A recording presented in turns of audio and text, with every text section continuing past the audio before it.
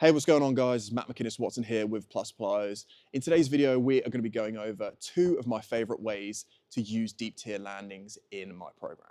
The first one being oscillatory movements and how they can prep you for heavy based lifting movements. So you might have an athlete that is inhibited to get into a certain depth or mobility range for, let's say, a back squat. Let's say it's a movement that is dynamic as well. I'll use oscillatory movements in a way that gives that athlete confidence in those deeper ranges and also gives them that feeling of a little bit of freedom into those long positions that they want to be holding when you get into deep, heavy lifting. So an example could be something like a back squat or safety squat. And let's say your athlete wants to access that range. We can use movements such as this hand-supported oscillatory leap. It mimics those deep positions at the bottom of a squat that a lot of us don't really enjoy. We always want to try and bounce out of the bottom of one of those movements like you see an Olympic weightlifter do. Well, this hand support, first of all, takes away that balance element, and it gives you that safety and feeling of stability. And what we can do here is we can build a high volume of reps to break down that feeling of inhibition. And inhibition really is broken down with higher volume of reps. So when we're doing these movements for preparing, let's say for a heavy back squat, we might use a few sets of 10 to 12 repetitions in this hand supported movement. And then it's about taking the next step up to prepare the athlete for something that is a little bit more intense. And this might be hand off variation. So not only will I use these movements as a way to break down that inhibition in deeper ranges of motion, but I'll use that as a mimic of that eccentric dropping action. So we're constantly going through that bottom of the movement eccentric drop, those last portions of ranges of motion. And this really starts to feed into building a lot more confidence in getting in and out of the bottom of those deep movements. So you could try this sequence of using a hand-supported version of a deep oscillatory leap and then a hands-off version where you're just bouncing in space and trying to find that range, control, and stability in those dropping actions. So if we're looking to reps, sets, and the frequency in which you're going to do these movements for preparing for a heavy lift, it might be that you are lifting heavy, let's say twice a week. So we'd use that both times in those sessions. I would use probably up to 1 to 3 movements max.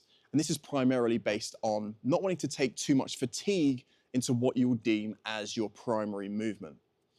Now these can start from rep ranges of 8 to 12 landings in total per set.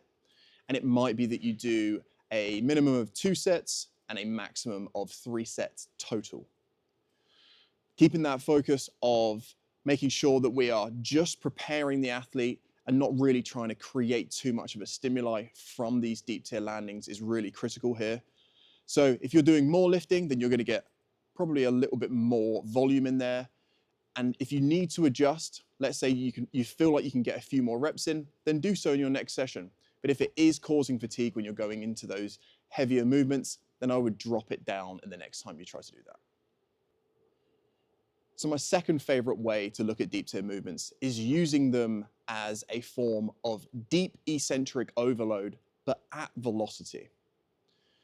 There are many ways in which we will train, let's say, deep eccentric loading patterns. We might use, let's say, a heavy back squat to do that.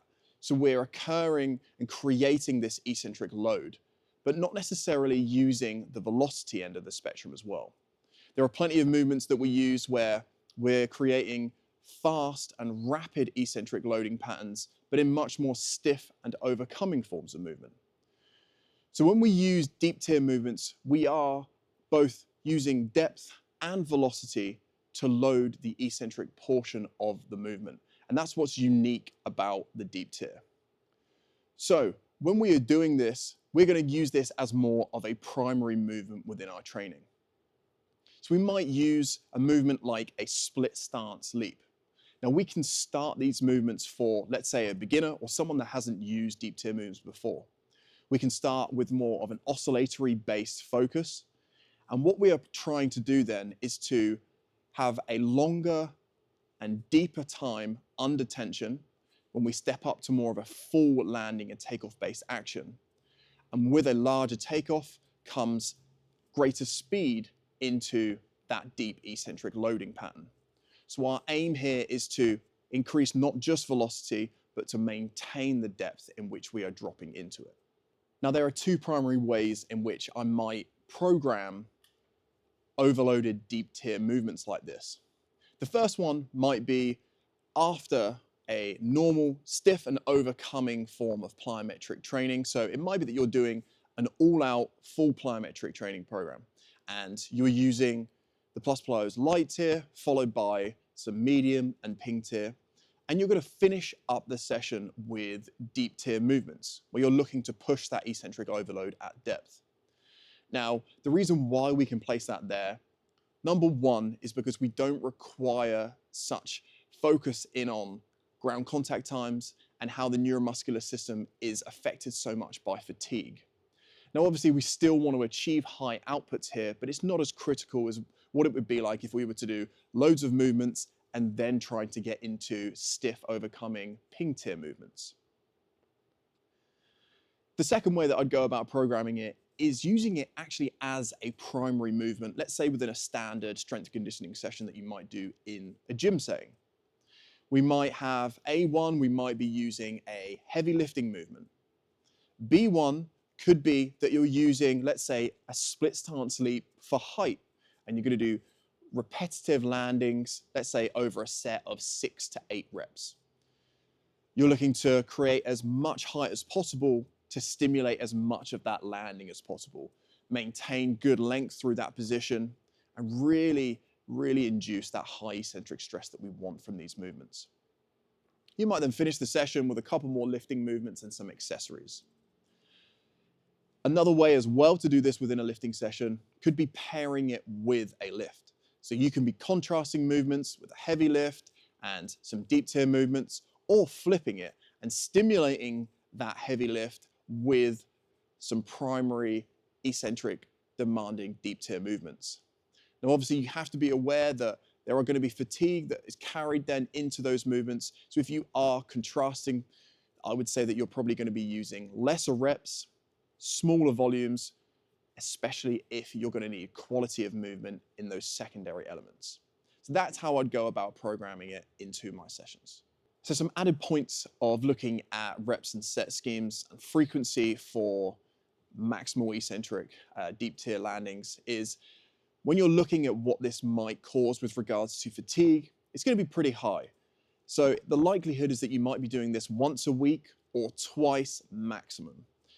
Obviously, that does depend on the overall volume that you're going to be doing. So if you're just doing one set, then obviously you can do more than that. But the likelihood is that you probably won't do more than 5 to 6 sets of this a week. That volume in terms of the actual landings is probably going to range between 6 to 10 reps, depending on who you are and how long you've been doing this stuff for. And obviously, the higher up the scale of intensity it gets, the lower your volume is going to be. Importantly too, you've got to make sure that you're paying attention to quality.